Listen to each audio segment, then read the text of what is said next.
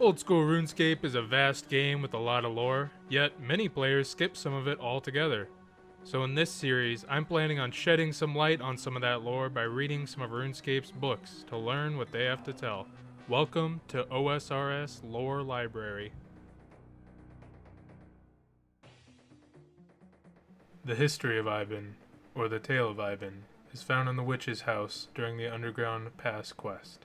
It gives some history on Iban, how he was killed, as well as a few hints on how to defeat him.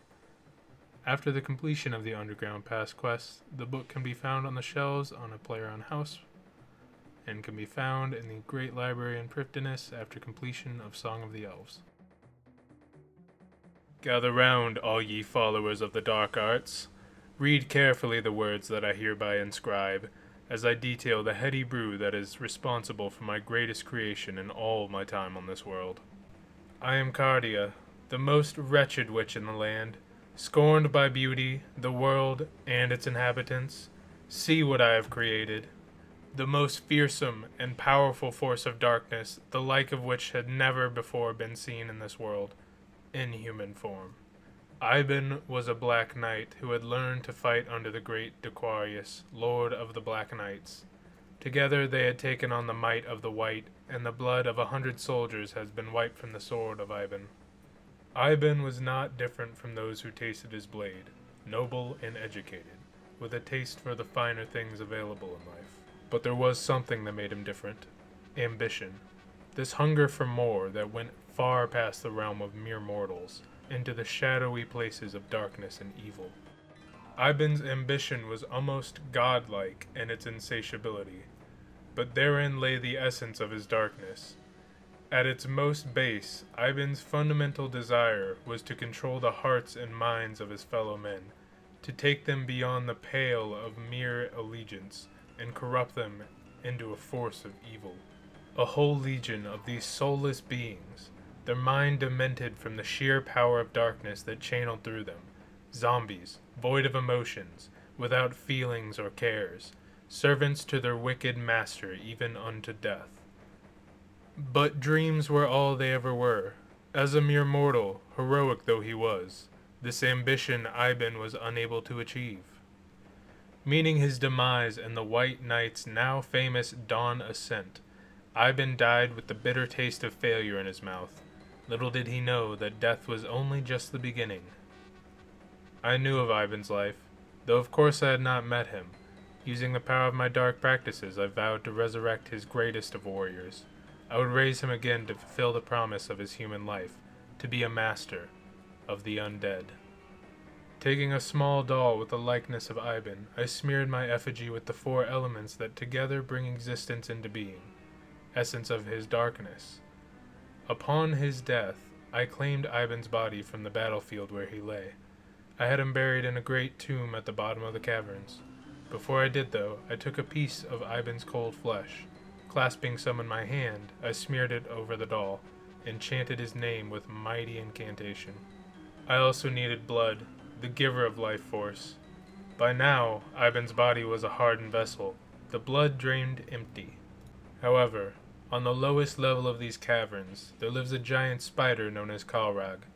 The hunger of Kalrag is great, and it is known to have fed on the warm blood of many a human. I claimed some of Kalrag's blood, and wiped it onto the effigy of Iban that I had fashioned. The blood of Kalrag is now the blood of Iban. Then came the hard part, recreating the parts of a man that cannot be seen nor touched, those intangible things, the essence of life itself. On the platforms west of my home, under terrible strain, I performed the ancient ritual of Incantia.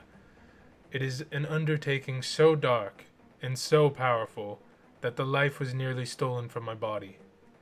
When I recovered, I saw 3 demons summoned, standing in a triangle. Their energy focused on the doll of Iban. These demons were the keepers of Iban's shadow, forever bound to him. Finally, I had to make the most unique thing, the one element that separates man itself from all other beasts, his conscience. A zombie has no mind, a creature born of bloodlust, destruction. But for all Iban's life, he chose to take the path of darkness, the road of evil. Driven by this unholy ambition, his potential grew, and now I could harness the residue of his existence that remained trapped in the dark places to the fullest. Locked inside an old wooden cage sat a beautiful white dove, a symbol of peace, freedom, and hope, but also oblivious to the darkness of the world, like a newborn child. Taking the dove with me, I cradled the thing in my arms, stroking its soft, downy feathers. I looked into the eyes of the bird, and gently placing a kiss upon its fragile head, I then strangled the bird, taking its life between my callous fingers. Truly, this bird would be the conscience of Iban, innocence corrupted by evil. Taking crushed bones from the dove's body, I cast my mind's eye onto the body of Iban. One of the servants took the remains of the dove. I let them keep it. I had no use of it. However, I locked them in a cage on the northern platforms, so that they may think on their sins. My ritual was complete. Soon he would come again, renewed with life. I, Cardia, had done the unimaginable. Iban was resurrected, the most powerful evil to take human form. I alone knew that the same process I had used to resurrect the soul of Iban could be used to destroy that very same evil. But now I was tired. As I closed my eyes, I was contented by the thought of the evil to be unleashed. And that's it, folks. Episode 4 of the OSRS Lore Library. I sure hope you enjoyed it. This has been Worst.